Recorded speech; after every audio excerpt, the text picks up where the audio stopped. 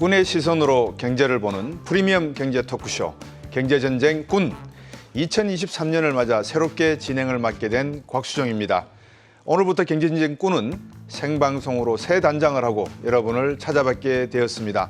보다 더 생생하고 품격 높은 정보를 전달해드리기 위해 최선을 다하는 경제전쟁 꾼이 되겠습니다. 자, 2023년 들어서도 여러 요인들이 지금 얽히고 설켜서 이 글로벌 경제와 증시에 대한 판단이 쉽지가 않습니다. 세계은행이 세계 경제 성장률 예측치를 3%대에서 1%대로 급격하게 하향 조정하면서 글로벌 경기 침체 우려도 좀처럼 가시지 않고 있습니다. 자, 이럴 때일수록 수익성과 안정성이라는 두 마리 토끼를 잡으려면 어떤 투자 전략으로 대응해야 좋을까요? 이 세 분의 경제 금융 전문꾼들과 함께 지혜를 모아보겠습니다. 이 진행자는 바뀌었지만 경제전쟁 꾼의 구호는 그대로 가도록 하겠습니다. 첫 생방송인 만큼 힘차게 한번 외치고 시작해봤으면 하는 생각이 듭니다. 자, 프리미엄 경제 토크쇼 경제전쟁 꾼!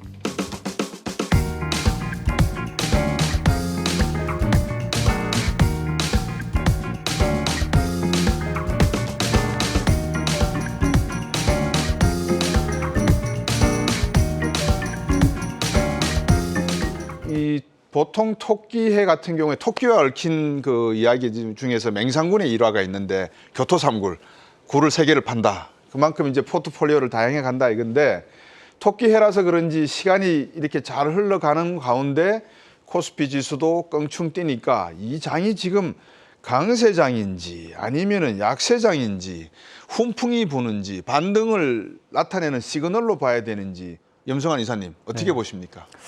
뭐 저는 좀 그래도 바닥은 찍었다라고 보고 있고요. 바닥은 찍었다. 네, 충분히. 저번에 이제 1월 첫째 날인가 둘째 날에 2,200을 한번 깼다가 네.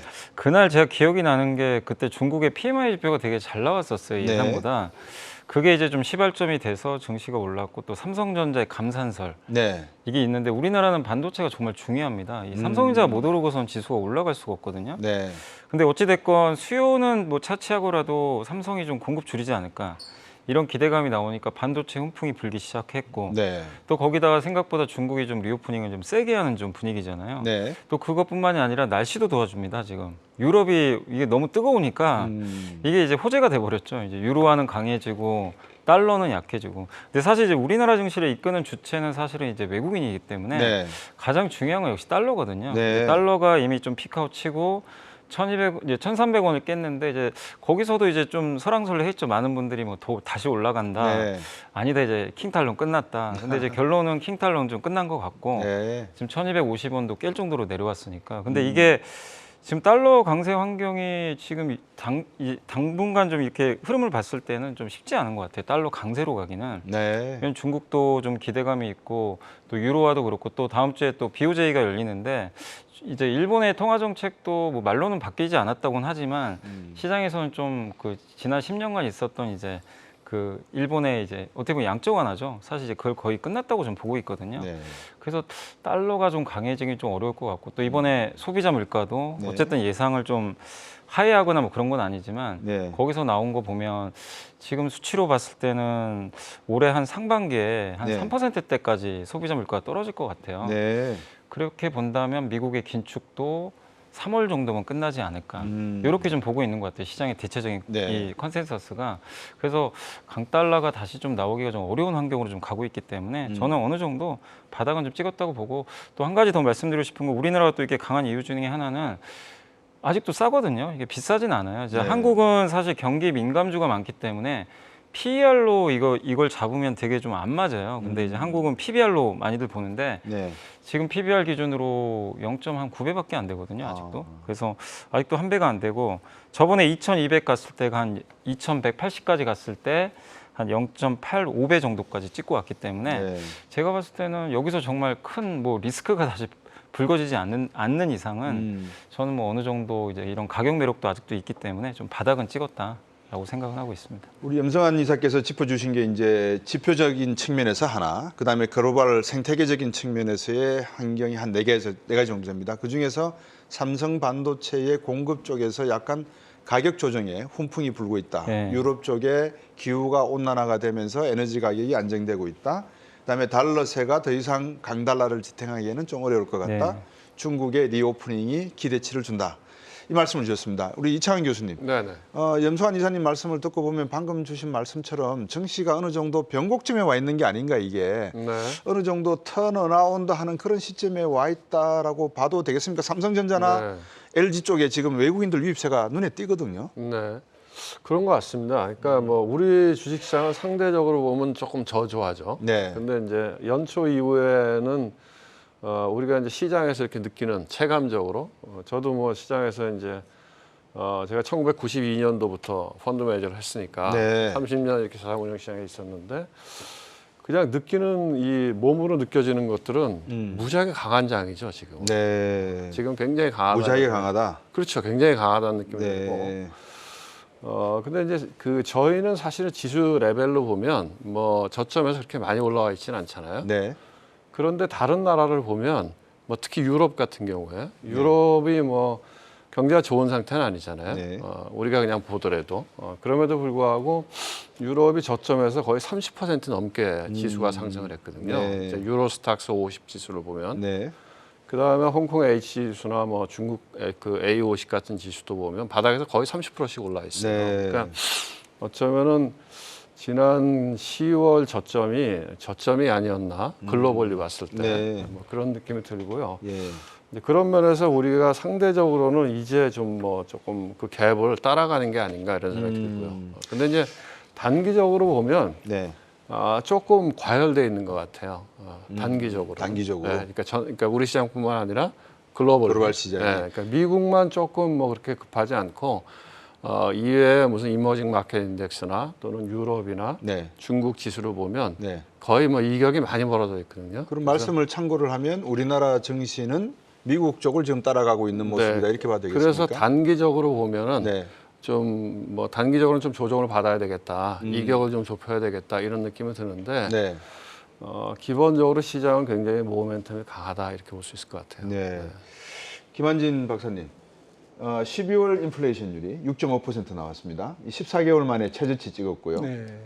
아까 말씀 주시기를 과잉 긴축이라는 것이 너무 미국 경제도 그렇고 필요가 없는 상황까지 온 거 아닌가 이제 더 이상. 그래서 미 연준이 금리를 올리지 않을 가능성도 있다. 이 점에 대해서는 어떻게 보십니까? 네, 뭐 적어도 뭐 두 차례는 올릴 거라고 생각을 하지만 네. 일단 뭐 주식시장 입장에서는 뭐 연준의 금리 인상이나 네. 인플레이션 이슈는 뭐 이제 좀 물 건너간 이슈인 것 같습니다. 네. 일단 당장은 뭐 그래 내년에 가서 다시 또 물가가 안 잡히고 네. 그러면서 연준이 또 뒤늦게 뭐 2차 긴축을 한다든지 뭐 이런 일이 없다는 보장은 없지만 지금부터 이제 그걸 염려할 필요는 없는 것 같고요. 네. 일단 올해 주식시장, 특히 상반기 주식시장만 놓고 보면 키워드는 바뀌었다. 좀 금융적인 요인들, 그러니까 통화정책, 그 통화정책을 좌지우지하는 인플레이션 이런 이슈는 지나간 것 같고요. 네. 다만 이번에도 이제 그 작년 12월 인플레이션 지표에서도 다시 한번 나타났듯이 네. 결국 임금 인플레이션은 아직 안 잡히고 있거든요.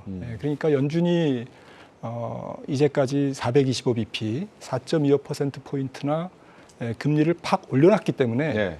이게 이제 경제 내부에 스며드는 과정.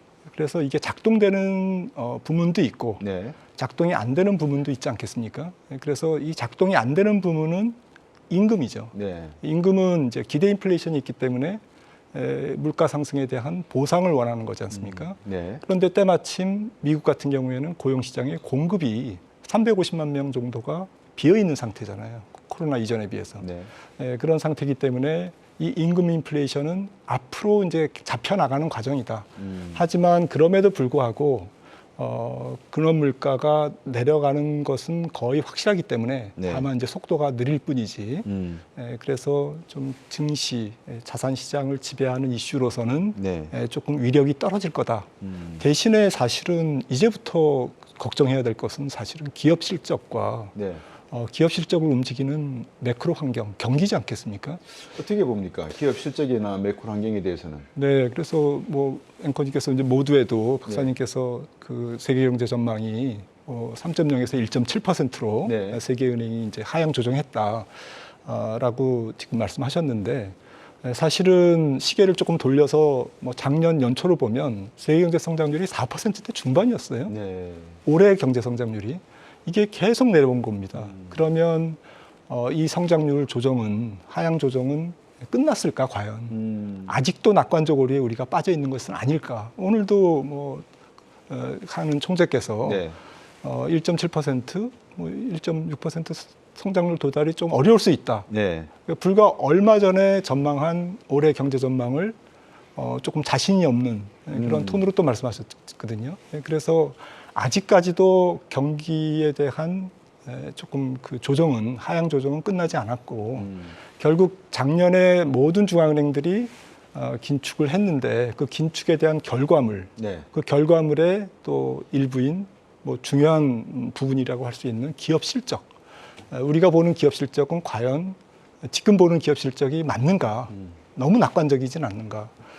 그러니까 작년에 주식시장이 금리를 올리면서 스트레스를 받으면서 많은 베어 마켓 랠리를 양산했지만 결국에는 저점이 낮아지는 그러한 양상이었다면 올해는 기업 실적에 시달리면서 네. 주가가 방향성 혹은 추세성이 상당히 훼손될 수 있는 변동성만 있고 추세성이 약해질 수 있는 그런 상황임을 저는 좀 지적하고 싶습니다. 우리 염성환 이사님하고 김한진 박사님 말씀이 제 지금 오른쪽에 앉아 계시고 제일 왼쪽 끝에 앉아 계셔서 이게 극과 극이세요. 어떤 면에서 놓고 보면 지금 시청자분들이 가면서 봐. 염성환 이사의 말씀을 들어보면 지금 여러 가지 시장 상황이 낙관적으로 턴어라운드 하는 모습처럼 보여질 수가 있다. 또 우리 이청환 교수님도 유럽 스톡스 지수 같은 경우도 그렇고 중국 상해 지수도 그렇고 30% 이상 지금 저점에서부터 반등하고 있는 상황인데 우리는 데드캣 바운스처럼 죽어서 그냥 쭉 가는 상태다. 이거를 결국은 우리 김한진 박사님 말씀은 기업 실적을 미리 예상을 하고 또 미 연준이 긴축을 어떤 방향으로 가져갈지 이 추세가 지금 잡히지 않고 있기 때문에 시장은 아직까지도 관망하는 자세를 유지하고 있는가 이렇게 보고 계시거든요. 근데 시청자분들이 물론 결정을 하셔야 되겠지만 한번 서로의 입장 차이를 변호라고 할까요? 변론이랄까요? 어때 한번 말씀을 한번 해주시죠. 나는 이래서 조금 더 본다. 그리고 우리 이창환 교수님께서 한번 정리를 해주시면 어떨까 싶습니다. 먼저 염성환 이사님부터. 뭐 이제 개인 투자분들 투자 관점에서 보면 이게 주식 투자 이제 아마 경험 많으신 분들은 제 말씀을 좀 이해를 하실 것 같아요. 그러니까 항상 이제 이런 얘기들 많이 하시죠. 그러니까 확인하고 사자. 주식은 대응이다. 근데 이게 또 맞을 때도 있는데 네. 대부분 한국 증시는 좀 약간 리스크를 짊어질 수밖에 없는 게 예측을 안 하고 투자하기 힘들어요. 네. 지금 사실 삼성전자도 보면 내년 올해 2분기까지 안 좋거든요. 그 현실만 보면 주가 올라가는 게 사실 말이 안 되는 일이죠. 근데 주가가 지금 벌써 저점이 5만 1,000원이었죠. 20%나 올라갔거든요. 그건 뭐냐면 이제 앞으로 있을 이제 경기 회복, 요걸 이제 바라보고 가는 건데 물론 틀릴 수도 있죠. 그래서 제가 이제 당부드리고 싶은 건 그런 리스크가 있을 수 있기 때문에 싸냐 비싸냐를 보자 이거죠. 근데 삼성전자 PBR 지표로 보면 1.1배예요 아직도. 네. 역사적 저평가 구간입니다. 워낙 이제 그동안 돈을 많이 벌으니까 자산이 쌓였는데, 그래서 제가 아까 서두에도 지금 시장이 그렇게 비싸진 않다. 0.9배 정도니까 올해 연말 되면 저희 당사에서는 저희 이제 이베스트 리서치에서는 2,852 PBR 한 배가 돼요. 네. 그럼 지금 0.8배 수준이에요. 네. 그렇기 때문에 그런 걸 감안해서 올해 우리가 적자 볼 건 아니잖아요. 기업들이 뭐 다 적자 볼 것도 아니고. 그래서 현재 구간에서 저는 뭐 너무 위축되지 말고, 그리고 작년에 우리가 얼마나 위축돼 있었습니까? 뭐 고물가, 고환율, 고금리. 모든 언론이 다 네, 이야기를 근데 했죠. 지금은 분위기가 바뀌고 있잖아요. 네. 이건 분명히 누구도 뭐 인정 안 할 수 없는 분위기니까 그런 가운데 비싸다면 저도 좀 보수적으로 볼 것 같은데 아직도 저는 좀 밸류에이션이 싸다. 네, 이렇게 좀 PBR을 보겠습니다. 강조해 주셨어요. PBR이 아직 0.9배다. 삼성전자 같은 경우는 1.1 정도 조금 넘는다. 김한진 박사님, PBR의 중요성과 함께 한번 조금 더 지켜봐야 된다는 입장을 한번 말씀해 주시죠. 네, 사실 주가 지수를 전망한다라는 것은 뭐 정말 어려운 일이고 좀 어찌 보면 무의미한 일일 수 있습니다. 그래서 염 이사님 말씀하셨듯이 어쨌든 기업별로 접근하면 우리나라 주식시장이 가격이 착해졌어요. 착한 종목이 착해졌다. 많습니다. 네. 우량주도 착해졌고 또 2020년부터 굉장히 많이 뛰었던 밈 주식, 뭐 이런 주식들도 PER이 굉장히 낮아졌습니다. 네. 그래서 많은 착해진 종목을 보면 지수 자체의 하방 위험이 제한될 것이다라는 것에 대해서는 저도 동의합니다. 네. 더 이상 떨어지는 것은 없을 것이다. 떨어지더라도 급격하게. 그것은 네. 뭐 갑자기 뭐 분위기가 안 좋아서 패닉셀링이 나온다든지 네. 또 뭐 글로벌 증시에서 어떤 뭐 나쁜 이벤트가 나와서 일시적으로 주가가 흔들리는 뭐 그거는 항상 주식시장의 생리니까요. 네. 그런 정도는 인정하는데 정말 조금 주식시장이 계속 저점을 높여가는 추세적인 반등의 어쨌든 터닝 포인트를 지났느냐 안 지났느냐. 그러니까 작년에 이어진 계속 베어마켓 랠리에 중간중간 반등을 했지만 네. 계속 지수의 저점이 낮아지는 그런 국면은 이제 종식됐고 네. 이제부터는 저점이 계속 올라가는 국면이냐. 네. 저는 이제 거기에 대해서는 동의할 수 없다. 없다. 상반기에 그 검증 과정이 네. 그 테스트 과정이 남아 있다. 뭐로 남아 있을 것 같습니까? 지금 어쨌든 경기의 어두운 터널을 지나가고 있는데 네. 저는 상반기가 그 이번 그 경기 하강 국면에서 가장 성장률이나 경제 지표가 가장 많이 빠지는 좀 급격한 경기 후퇴기라고 봅니다. 네. 이 경기 후퇴기에 특히 오는 2분기 실적이라든지 2분기 기업 실적이 어느 정도 주가를 방어해 줄까. 네. 근데 이런 부분에 대해서는 뭐 기업마다 다르겠지만 기업을 전부 다 종합한 코스피 혹은 뭐 S&P 500 이 지수로 봤을 때는 추세성보다는 박스권이 아닐까 이런 정도로 생각을 하고 있고요. 네. 다만 앞으로 이어지는 경기 위험이라든지 경기에 따른 뭐 경기 침체에 따른 파생 위험은 좀 주식시장을 떠나는 그런 위험은 아니고 저가에 매수하는 위험인 것만은 뭐 지금 염 이사님 말씀에 동의합니다. 네. 아직까지 주가의 저점에 머물고 있다는 것은 동의를 하지만 이게 추세적으로 라이브 캣처럼 빵 네. 토끼처럼 껑충 뛰지는 아직까지는 좀 무리하다 이런 말씀인데 이창환 교수님 정리를 해주시죠. 두 분의 말씀을 어떻게 보시는지. 글쎄요, 다 일리가 있죠. 그러니까 이제 시장에 늘 보면 사는 사람과 파는 사람이 있는 거는 생각이 다르니까요. 예. 다 일리가 있는 얘기인데 사실 이렇게 지나가는 걸 우리가 예측한다는 게 굉장히 어려워요. 네. 오늘 한국은행 총재님 그 기자회견 때도 그런 얘기를 했는데 예를 들면 포워드 가이던스에 대해서 여러 가지 이야기들이 있었는데 이제 이창용 총재 하는 얘기가 포워드 가이던스는 아니고 결국은 누구나 다 우리가 미래를 알 수 없기 때문에 데이터 디펜던스 할 수밖에 없다. 데이터를 의존해야 보면서 된다. 금리나 통화 정책이 변화한다는 거죠. 네. 저는 마찬가지라고 보는데요. 네. 그러니까 주식시장도 오히려 금리를 예측하는 것보다 더 어렵죠. 더 복잡하게 많은 변수들이 영향을 주기 때문에 그래서 지금 시점에서 우리가 보고 이야기를 하는 거다. 저는 이렇게 보고 있고요. 지금 시점에서 보면 저는 이제 이런 생각을 해요. 그럼 여기가 이제 저 개인적인 생각이지만 지수의 저점은 봤나? 그럼 봤을 것 같아요. 네. 왜냐하면 글로벌리. 왜냐하면 아마 그게 작년 10월 그 정도에 보았던 저점이 네. 아마 이번 랠리의 저점일 가능성은 저는 많다고 봐요. 네. 왜냐하면 시장을 보면 시장이 굉장히 여러 가지 펀더멘탈이 나쁨에도 불구하고 예를 들면 중국 같은 경우에도 지금 나오는 지표들은 무지하게 나쁘거든요. 네. 그럼에도 불구하고 시장은 무지하게 강하게 올라간다는 거죠. 그 얘기는 이제 시장의 선행성이 있기 때문에 시장이 먼저 가는 거거든요. 네. 예를 들면 우리가 코로나 터졌을 때도 보면 코로나 터지고 불과 한 달만 조정받고 그다음에 계속 올랐단 말이죠. 네. 납득이 안 됐거든요. 왜냐하면 경제 데이터도 안 좋았고 네. 실적도 안 좋았고 그럼에도 불구하고 시장은 굉장히 강한 모습으로 올라갔더라. 근데 지나고 나서 보면 그랬구나 하고 다 일리가 있거든요. 근데 저는 생각하기에 그러면 지금 우리가 보는 이 상승장이 예를 들면은 2008년 금융위기 이후 또는 코로나 이후에 강세장으로의 전환이냐? 네. 저는 그건 아니라고 봐요. 그런 측면에서 보면 왜냐하면 네. 지금 우리가 보고 있는 이 시장의 강한 모습들은 네. 우리 염 이사님 얘기했지만 사실은 주가가 갖고 있는 펀더멘탈 밸류라고 하는 게 있는데 네. 그거보다 더 많이 빠진 거죠. 네. 그래서 우리가 보통 올라갈 때 이 주식이 얼마나 많이 올라갈까 하는 성장성을 보려고 하면 PER을 많이 얘기해요. 그래서 우리 올라갈 때 보면 PER이나 아니면 매출 이런 것들 얘기 많이 하는데 주가가 빠질 때에는 도대체 얼마까지 빠질 거야? 이야기할 때는 그래도 이 정도의 북밸류는 견뎌야 되지 않아? 하는 측면에서 많이 빠진 것들이 지금 되돌리는 과정이다. 그런데 이제 과거와 다른 거는 뭐냐면 결국은 유동성의 공급이 있어야 네. 시장에 버블이 생겨나더라는 거죠. 그렇죠. 그게 2008년 이후도 마찬가지였고 코로나 이후도 마찬가지였죠.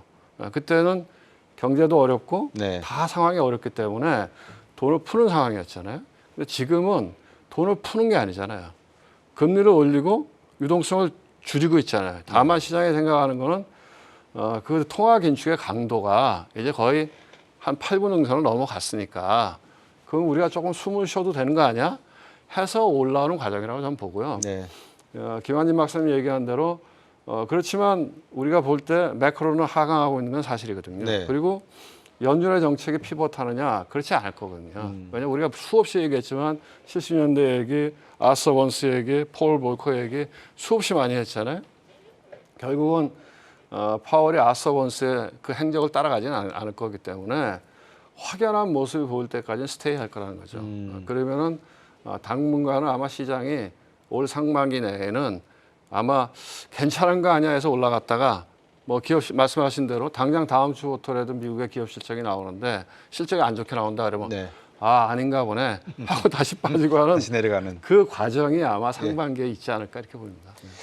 자, 이 세 번 말씀을 듣고 뒤로 갈수록 저희들이 시청자 여러분들에게 이게 지금 훈풍이 부는 거냐 아니면은 먹구름이 몰려오고 있는 거를 먹구름을 못 보고 그냥 바람만 느끼는 거냐 아마 이렇게 생각하실 수 있을 것 같아서 저희들이 좀 정리를 또 해드리겠습니다. 근데 지금 세 분 말씀을 나누면서 이제 글로벌 시장은 어느 정도 시청자 여러분들께 정리가 된 것 같은데 포커스를 좁혀서 이제 우리 국내 시장을 좀 놓고 보겠습니다. 보통 우리가 이제 위기를 기회로 만들어라 이한윈이라는 이야기도 하고 또 아무거나 뭐 돈 되는 것만 사면 되지 뭐 흥묘 백묘 이런 이야기도 하고 키워드로 이야기할 때 또 어떤 분 입장에서는 이상한 나라의 앨리스처럼 어떤 토끼굴에 푹 빠져가 있는 거 아닌가 우리 시장이 이게 갈팡질팡하다 그런 키워드들이 있는데 세 분께 한번 키워드 우리 한국 시장에 대한 키워드를 여쭤보면 어떻게 보시는지 확연히 드러날 것 같아요. 먼저 이창희 교수님부터. 저는 뭐 올해는 어쨌든 그 매수의 관점으로 시장을 보는 게 좋다 이렇게 봅니다. 그러니까 뭐 저희가 이렇게 지나 보면 이게 봄, 여름, 가을, 겨울 있듯이 네. 늘 순환을 하거든요. 경제도 순환을 하고 주식시장도 순환을 하더라. 네. 그러면 우리가 느끼기에는 작년이 겨울 아니었나요? 혹한기 아니었나요? 그러면 봄이 오겠죠. 그러니까 이제 그런 올해는 어떻게 보면은 좀 긍정적인 매수의 관점에서 네. 다만 이제 김한진 박사님 말씀하시는 대로 여기가 바닥이 아닐 수도 있잖아. 이런 두려움은 있는 거죠. 그렇기 때문에 그렇다고 저희가 딱 저점을 맞출 수는 없잖아요. 그러니까 어떻게 보면은 올해는 약간 밸류 인베스팅이 필요할 수도 있겠다. 네. 왜냐하면 스토리텔링을 의지하면서 투자를 하면 안 보이니까요. 그렇지만은 뭐 최근에 삼성전자 올라갈 때도 여미사도 얘기했지만은 그래도 PBR 1배는 너무 심한 거 아니야? 그런 밸류의 관점에서 저점 매수를 조금씩 해나가면 네. 뭐 나중에 시간이 지나가면 훈풍이 불 때 네. 돈이 되지 않을까 그렇게 생각합니다. 네. 김한진 박사님. 네, 올해 증시의 키워드는 저는 뭐 우여곡절이라고 생각합니다. 우여곡절. 네. 예. 우여라는 한자는 사실 뭐 이렇게 여러 가지가 조금 뭐 이렇게 복잡하게 얽히고 설켜 있다는 말씀 아닙니까? 그렇죠. 근데 여러 가지가 어떤 여러 가지냐? 뭐 경제적인 부분, 또 비경제적인 부분, 지정학적인 문제, 또 경제적인 부분에서는 금융적인 요소, 네. 앞서 말씀 나눴듯이 또 실물적인 요인 이런 것들, 또 기업 실적하면 뭐 또 기업마다 또 다 다르고 네. 산업마다 다 다르고요. 또 국가별로도 지금 경기 사이클이 조금 차이가 있고 네. 통화 긴축에 대한 내성이라고 그럴까요? 맷집도 다 다르고 맷집도 국가마다. 다르고. 네. 그래서 이게 뭐 좀 다 다릅니다. 작년에는 동시에 이렇게 그 일관되게 중앙은행들이 금리를 올리면서 경기가 이제 조금 안 좋아지는 그런 약간 동조화적 거의 뭐 동질화되는 네. 그런 양상이었다면 올해는 뭐 조금 많이 다를 것 같아요. 기업마다 다르고 국가마다 다르고 조금 많은 변형 또 다양성 이런 것들이 표출될 것 같은데 네.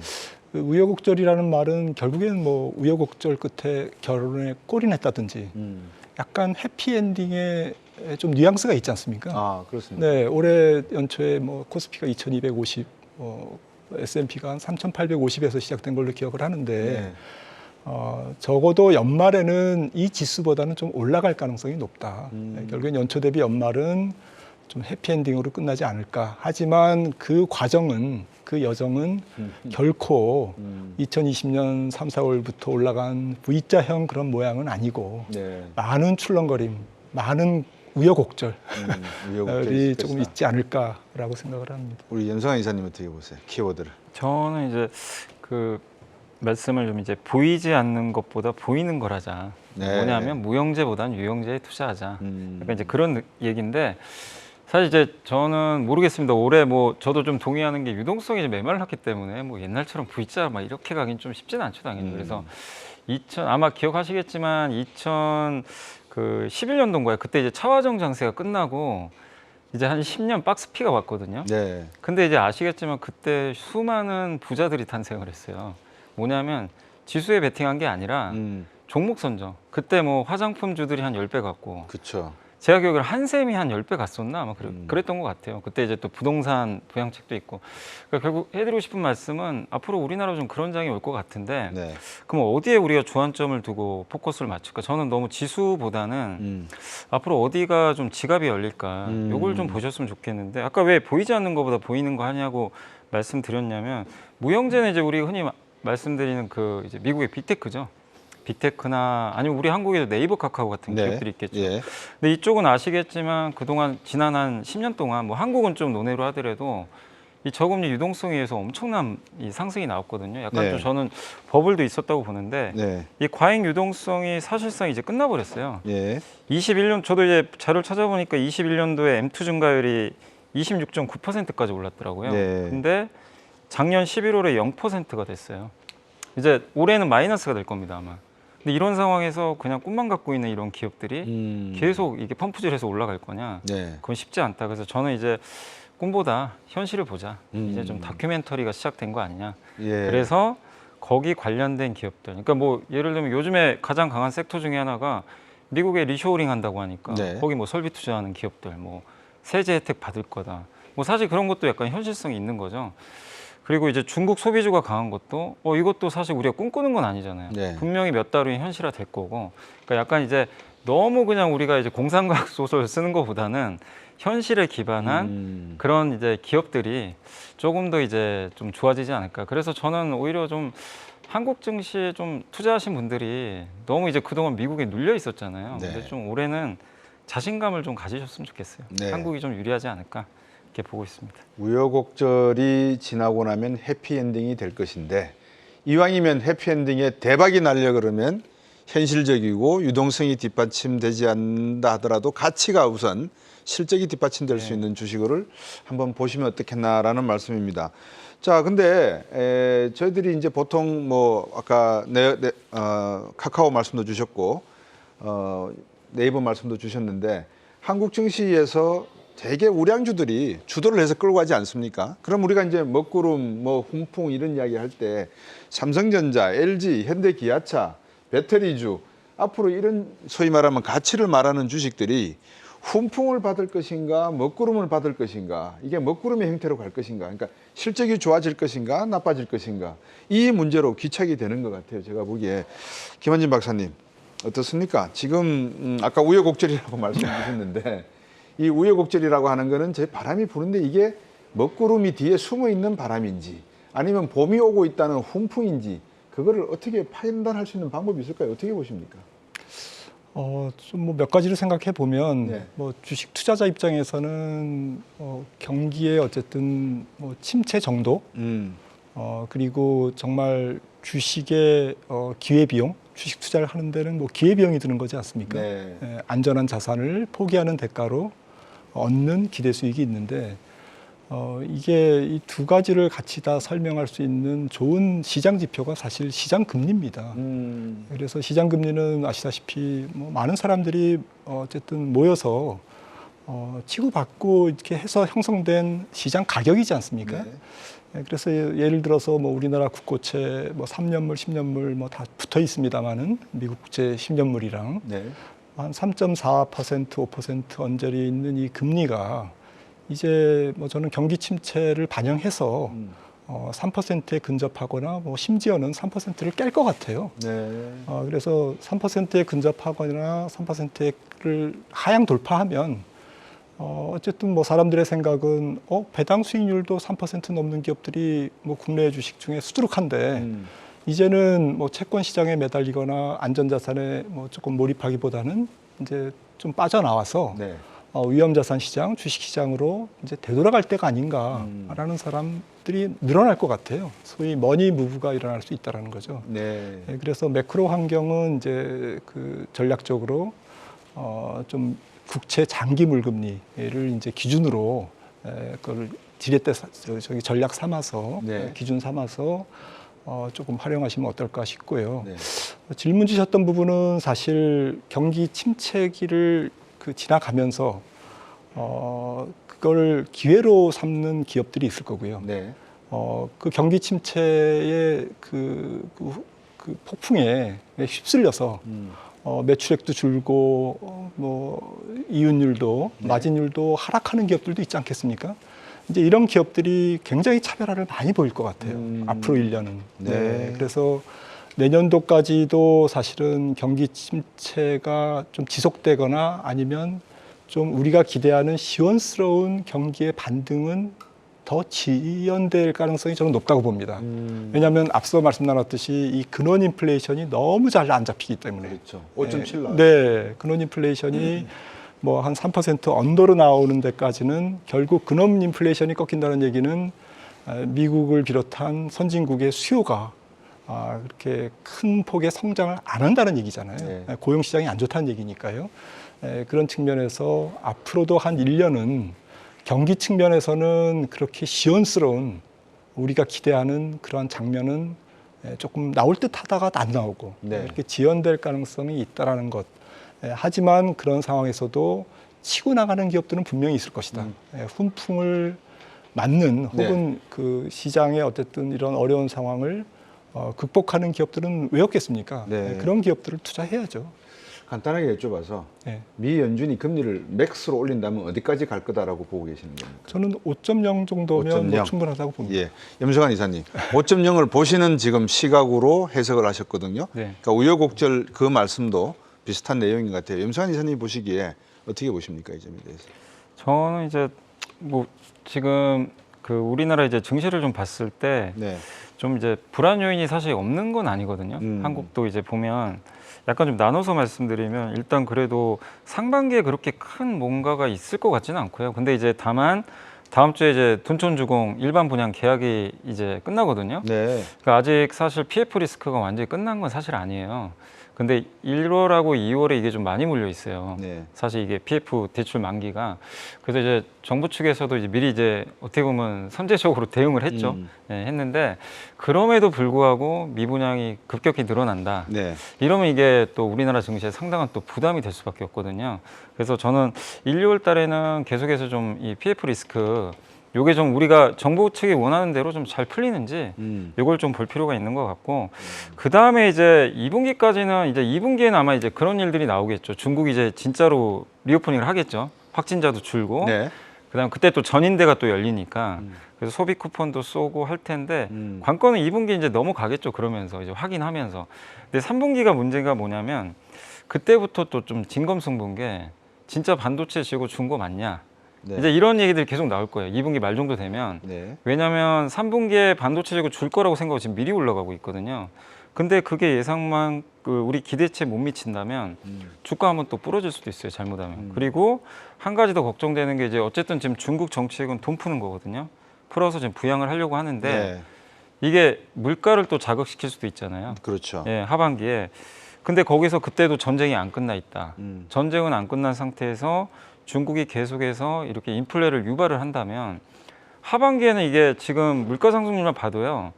지금 한 0.1에서 0.2 정도 만약에 매월 나온다면 하반기엔 다시 물가가 올라가요. 상반기는 꺾이는데 미국 같은 경우만 해도. 근데 그런 이제 물가 인플레를 또 자극할 수도 있는 거죠. 그런 좀 리스크도 있고 또 지금 다행히 유럽이 좀 날씨가 따뜻하지만 올해는 또 모르거든요. 어떻게든 무슨 일이 또 발생할지. 네. 왜냐하면 근본적으로 지금 러시아 에너지를 다 대체 못해요. 그잖아요. 근데 그걸 잠가버렸기 때문에 그러니까 이제 이런 요인들도 아직은 좀 먹구름으로 좀 남아 있기 때문에 네. 뭐 무조건 낙관한다 뭐 이렇게 보실 필요는 없겠지만 이런 요인들에 대해서는 여러분들이 좀 생각하시되 저는 그래서 기본적으로 좀 상반기보다는 하반기가 좀 우리가 좀 신경 쓸 게 많다. 네. 저는 좀 그렇게 보고 있습니다. 일단 글로벌 뭐라 그럴까요? 전문 평가 기관이라 그럴까요? 연구기관에서 내놓은 거는 세계 경제는 상저하고로 많이 나왔는데 네. 우리나라 같은 경우에는 LG경제연구원 쪽에서는 상고 하저로 지금 우리나라 경제를 예측하고 있거든요. 그러니까 미국 쪽에서 유럽 쪽에서 나오는 여러 가지 여파가 우리 경제에 미치는 건 하반기에 들수록 조금 더 안 좋을 수가 있다. 그래서 상반기에 좋게 보이는 것들이 하반기로 갈수록 좀 네거티브한 측면이 있다라고 하는데 훈풍 요인을 간단하게 한번 여쭤봐야 되겠어요. 어쨌든 지금 뭐 먹구름과 훈풍 요인이 다 존재하는 우여곡절인 그런 상황이기 때문에 이창현 교수님, 네. 훈풍 무엇이 있을까요? 지금 뭐 첫 번째는 주식이 싸다는 거죠. 다들 얘기하셨지만 그렇죠. 그러니까 어쨌든 가지고 있는 자산이 있잖아요. 부패라고 하는 게. 그게 자산 대비해서는 너무 싸다. 뭐 이런 얘기하고 또 상대적으로도 싼 거죠. 다른 나라하고 비교했을 때. 그렇죠. 이제 그런 것들이 우리 시장을 긍정적으로 볼 수 있는 요인이고 두 번째로는 외국인이 산다는 거죠. 지금 외국인들이 하반기 들어서 계속 사잖아요. 네. 뭐 그다음에 이제 뭐 누구나 다 예상하고 있지만 예. 이 통화정책 긴축기죠. 네. 이게 이제 8분 능선은 넘었다. 이제 우리나라는 금리를 안 올릴 수도 있죠, 이제. 예.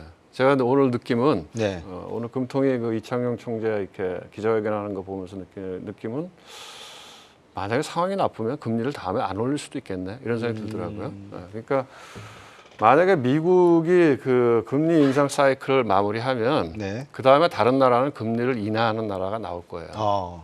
미국은 아마 금리를 인하 안 할 겁니다. 왜냐하면 미국은 경제가 나쁘지 않아요. 미국은 이렇게 데이터 나오는 거 보면 미국은 경제가 안 나빠요. 네. 그리고 여전히 서비스나 고용 시장은 타이트하기 때문에 네. 그리고 뭐 과거에 70년대 경험이 있기 때문에 아마 금리 인상하고 한동안 스테이할 가능성이 많은데 다른 나라들은 어려워지면 금리를 내릴 수도 있는 거죠. 우리나라가 그런 금리 것들이 내릴 수 있는 후보군에 들어가 있습니까?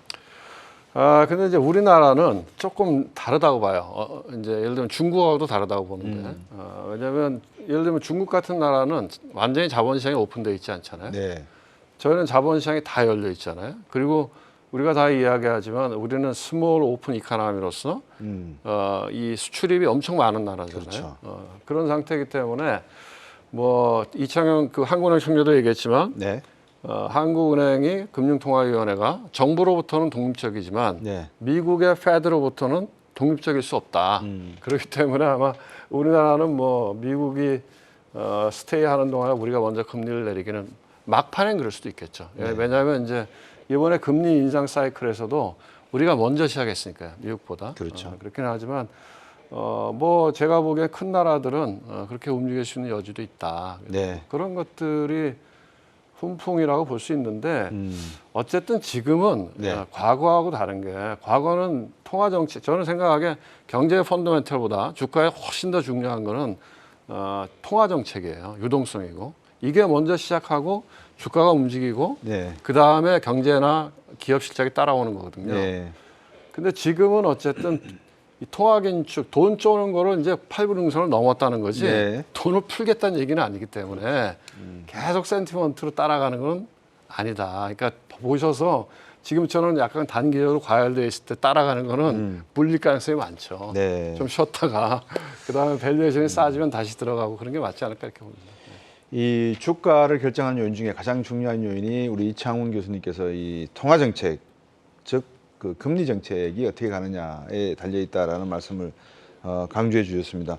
이 통화 정책이 중요한 이유는 결국은 이 주식 시장은 두 분께서도 말씀 주셨지만 김한진 박사님하고 염성환 이사도 유동성에 의한 버블이 만들어져야지만 결국 주식 시장은 우리가 호황이다라는 단어가 나온다. 이렇게 보여지는 측면이 없지 않아 있거든요. 그래서 그런 유동성의 시장이 중요한 건데 결국 이 유동성의 시장이 되려 그러면 지금 좀 제 생각에 먹구름인지 훈풍인지를 판단하려 그러면 중국 경제가 중요한 변수가 아닌가 하는 생각이 든단 말입니다.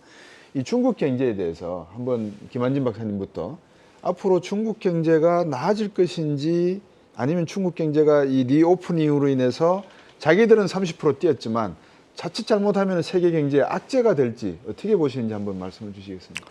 네, 저는 호재라고 봅니다. 음. 물론 이제 뭐 유가 상승이라든지 잡혀가는 인플레이션을 다시 한번 또 불을 지피는 그런 역할을 할 수도 있지만 네. 그런 것보다는 전 세계 수요가 전체적으로 그렇게 폭증하는 그러한 한 해는 안 될 거라고 보거든요. 그러니까 전체적으로는 뭐 유가가 상승해도 네. 조금 일시적으로 상승하고 다시 또 이제 수요에 맞춰서 네. 진정되는 이제 그러한 흐름, 그리고 전체적인 수요도 전 세계적으로 그렇게 큰 뭐 그렇게 확장 국면은 아니다라는 측면에서 중국 경제도 순환적으로 좀 큰 좀 턴어라운드를 하기보다는 네. 올해 좀 반짝 경기, 음. 리오프닝 경제에서 부동산 경기 또 여러 가지 경기 부양책 네. 맞물리면서 좀 수요와 투자 그리고 SOC 이런 부분에서 반짝 경기가 나오면서 좀 4.5% 정도 경제 성장률을 도달하는 그러한 전 세계 경기의 위험을 조금 제거해주는 좀 안전판 역할을 하지 않을까라고 생각을 하고 있고요. 네. 네. 하지만 어쨌든 중국의 전체적인 구조적인 문제가 있지 않습니까? 네. 그러니까 정말 뭐 좀 너무 많이 쌓여 있는 좀 기업 부채, 네. 그리고 너무 GDP의 한 30%를 차지하는 부동산 부문, 이런 부분에 의존하는 이러한 중국 경제의 좀 한계, 그리고 내부적으로 이제 여러 가지 조금 정비해야 될 부분들, 이런 것들이 이 경기 둔화기, 전 세계 경기 둔화기에 어느 정도 시간이 걸릴 것 같아요. 저는. 그래서 그런 시간을 중국은 조금 인고하면서 한두 해 정도 저보다 좋은 조금 건전한 경제, 네. 조금 내성 있는 경제로 도약하는 그 밑그림을 그리는 기간이라고 생각을 합니다.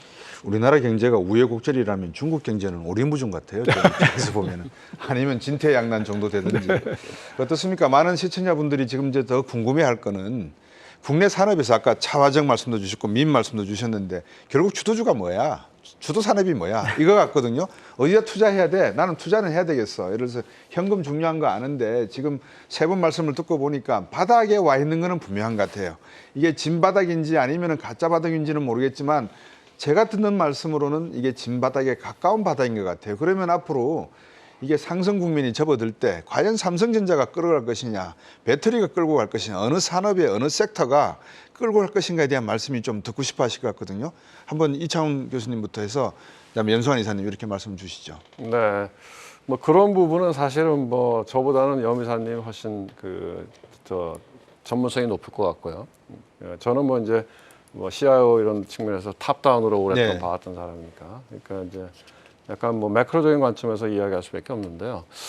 글쎄 뭐 만약에 상반기가 우리가 이제 매크로 경제나 아니면 기업의 실적이 이렇게 턴어라운드 하거나 아니면 통화 긴축, 통화 정책 자체가 완화로 바뀌는 그런 시기가 아니라고 전제를 한다고 하면 다만 저점을 잡아가면서 박스권에서 왔다 갔다 하는 장이다. 이렇게 전제하고 나면 상반기에는 제 생각에는 아무래도 약간 밸류가 있는 주식들 네. 또는 이제 기대감을 너무 많이 하락해서 좀 이 정도는 아닌 거 아니야 하는 종목들 이런 것들이 움직이지 않을까. 어떻게 보면 삼성전자, 뭐 하이닉스, LG전자 이야기하셨지만 그것도 뭐 좋아질 거다 이런 건 아니거든요. 네. 너무 많이 빠진 거 아니야? 이 정도는 아니지 해서 그 정도의 갭을 저는 반등하는 과정이라고 보고요. 반면에 이렇게 보면 저도 이제 주위에 물어봐요. 네. 이렇게 개인 투자하는 사람도 있고 뭘 사요? 그러면 이렇게 개인 투자하시는 분들은 중소형주를 보면 네. 너무나 싼 종목들이 많다는 거예요. 사람들이 중소형주 막 안에서. 네, 예. 버려서 그래서 이렇게 보면 정말로 뭐 북밸류는 한 0.2배 되고 뭐 PER은 한 2배, 3배 되고 뭐 시가총액은 가지고 있는 자기 자본의 3배 뭐 반도 안 되고 이런 종목들이 많더라고요. 그러니까 아마 그런 것들도 제가 보기에는 제자리를 찾아가지 않을까 네. 그런 생각이 들고요. 왜냐하면 이제 결국은 주식이 굉장히 싸면 언젠가는 누군가 쳐다봐서 제자리 갖다 놓거든요. 그래서 그런 쪽에 생각보다 그런 종목들이 꽤 많이 있더라고요. 네. 그런 아마 종목 찾기 같은 것들이 많이 진행될 것 같고. 다크호스라고 제가 이름을 붙이고 싶은데 그런 종목들을 네. 한 서너 가지 종목 예를 들어 주실 수 있겠습니까? 아니, 없죠. 그런 건 없죠. 그거는 본인이- 시청자분들이 길을 쫑긋 세우시면서 아니 그거 아 답답해 죽겠네 말 좀 아니, 해주지 좀. 그거는 얘기하 증권사. 그냥 제가 그냥 드리는 말씀입니다. 예. 영승환 선생님 얘기해 이제 떠밀시네요. 예. 그리고 제가 보기에는 이제 대세가 상승되는 국면, 그 국면에서는 산업이 중요하겠죠. 네. 뭐가 될 거냐. 뭐 그거는 일단 지금 보여지는 거는 반도체 아닙니까? 예, 반도체가 가장 유망하게 만약에 반도체 가격이 저점을 찍었다면, 네. 저는 지금은 아닌 것 같아요. 왜냐하면 지금 보면 우리가 얘기한 D램 익스체인지 인덱스가 있는데 네. 반도체 가격이 저점을 찍은 것 같지 않거든요. 네. 더 내려가고 있거든요. 그리고 아마 실적도 2분기까지 내려가는 거 눈에 보이고 하반기 좋아진다는데 아직 검증된 건 없거든요. 그러니까 여기가 저점은 아닌 것 같고 예를 들면은 우리가 이제 반도체가 언제 저점이냐 그건 명확하게 늘 보여줬어요. 네. 실적이 가장 나쁠 때가 저점이었거든요. 네. 뭐 그런 부분 때문에 만약에 이제 대세로 전환하는 국면에서는 산업을 봐야 되겠죠. 네. 그때 그 주도할 수 있는 산업이 무엇이냐 하는 거. 임 이사님 산업 알려 주십시오. 네, 그러니까 그리고 저는- 다크호스도 한 찍어줘 보세요. 그래서 저는 이제 가장 큰 축은 이제 세상이 좀 바뀌었잖아요. 바뀌었고 요즘에 제일 많이 나오는 게 탈세계화 얘기가 나오는데 이게 지금 정치 역학적으로 보면 이게 그냥 단순히 뭐 작년에 한번 그러고 말 이슈는 아닌 것 같아요. 미국 민주당만 해도 굉장히 강경하게 나가잖아요. 중국 계속 때리고 있고. 네. 그래서 적어도 내년 선거로 알고 있거든요. 그러니까 적어도 바이든 대통령 집권할 때까지 이제 중국과 강대강으로 간다. 그래서 탈세계화 또 지금 뭐 미국 인플레 감축법 뭐 장난으로 하는 거 아니잖아요. 그렇게 보면 지금 요즘에 로봇주 가는 게 이해가 가요. 로봇주 사실 비쌉니다. 지금 막 적자 기업도 많아요. 근데 이제 결국엔 미국은 인건비가 비싸니까. 그러니까 결국 탈세계의 핵심 뭐냐면 리쇼어링 같은 건 공장 짓는 거거든요. 공장을 지으면 미국의 중산층 일자리가 굉장히 많이 늘어납니다. 네. 바이든이 또 원하는 게 그거예요. 중국 예. 때리면서 일자리 만들겠다. 네. 그럼 거기 들어가는 우리 한국 기업들을 한번 제가 뭐 기업을 얘기하기는 좀 어려우니까 한번 찾아보시면 산업들은, 좋겠고 그리고 올해 계속 봐야 될 건 중국 소비죠. 근데 반도체 얘기하셨지만 중국이 반도체 중심이에요. 네. 수요에. 예. 그래서 중국 살아나면 당연히 반도체도 좋다. 이렇게 좀 말씀드립니다. 염승환 이사님 주신 말씀에 모든 내용이 사실은 담겨져 있는 것 같은데 시청자 여러분들께서 경제 전쟁 꾼을 계속 시청하시면 조금 더 답에 접근할 것 같습니다. 자 마지막으로 시간이 얼마 안 남아서 각자 제가 1분씩 드리겠습니다. 뭐니 해도 수익성과 안정성 이게 늘 갈등이거든요. 수익을 내려 그러니까 안정성은 좀 하이리스크 하이리턴이라는 말이 있지 않습니까? 어떻게 정리를 해야 되는지 시청자분들에게 간단하게 한번 1분 요약을 해주시죠. 우리 염승환 이사님부터. 네, 그러니까 올해 좀 투자도 물론 이제 작년엔 정말 힘들었는데 올해는 좀 작년보다 나을 것 같은데 다만 많은 분들이 이제 경험하셨겠지만 비싸게 사면 그 대가가 어떤지를 다 경험을 했어요. 그래서 네. 주식은 아니 모든 투자는 똑같아요.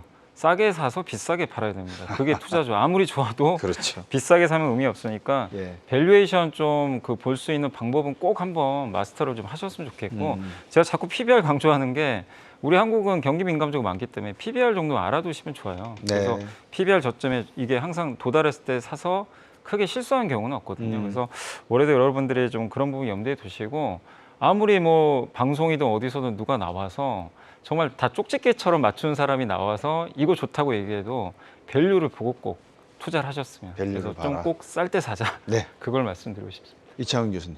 네, 근데 이제 제 생각에 주가뿐만 아니라 모든 자산 가격은 선행성이 있기 때문에 지금을 보지 말고 앞에를 봐라. 어떻게 될 것 같다 하는 네. 걸 봐라 하는 게 중요한 것 같고요. 그 다음에 어쨌든 그 올해는 예. 좀 매수의 관점에서 보는 게 더 유리하지 않을까 네. 이런 생각이 들고요. 예. 마지막으로는 제 생각에는 투자라고 하는 거는 네. 결국은 흔들리지 않을 수 있어야 되거든요. 내 마음이 흔들리지 않을 수 있어야 되거든요. 네. 그래서 그런 맥락에서 보면 본인이 아는 걸 하자. 어설프게 남의 얘기 듣고 하는 거는 그건 안 된다. 네. 그러니까 어쨌든 무엇이 됐든 간에 내 마음에 담을 수 있는 자산을 투자하는 게 맞다. 이렇게 생각합니다. 네, 매크로 환경이 어려울수록 복잡할수록 네. 매크로에서 우여곡절이 많을수록 저는 마찬가지로 종목에 집중해야 된다고 봅니다. 매크로 맞출 수도 없고 단기 시황 맞출 수 없습니다. 오히려 시황보다는 종목을 보는 게 위험 관리의 척결이 아닌가 생각을 합니다. 자, 오늘 세 분 말씀 듣고 보니까 밸류에 집중하라, 미래를 봐라, 그리고 또 이 매수의 관점에서 흔들리지 않고 가는 게 좋겠다, 이런 말씀인 것 같습니다. 오늘 이렇게 경제전쟁꾼 첫 생방송 함께 해주시고 또 귀한 말씀 나눠주신 이 세 분 꾼들께 진심으로 제가 감사드리겠습니다. 감사합니다. 이 세 분의 경제금융 전문꾼들과 함께 전해드린 이야기들이 2023년 개묘년을 맞아서 이 새해 투자 계획을 세우실 투자 여러분들에게 유익한 도움이 되었기를 바라봅니다. 이 첫 생방송이라서 제가 부족한 점이 상당히 좀 많았을 겁니다. 너그러이 여러분들께서 이해해 주시길 바라고요. 저희는 다음 주 금요일 오후 5시에 다시 돌아오겠습니다. 지금까지 시청해 주신 여러분께 감사드립니다. 고맙습니다.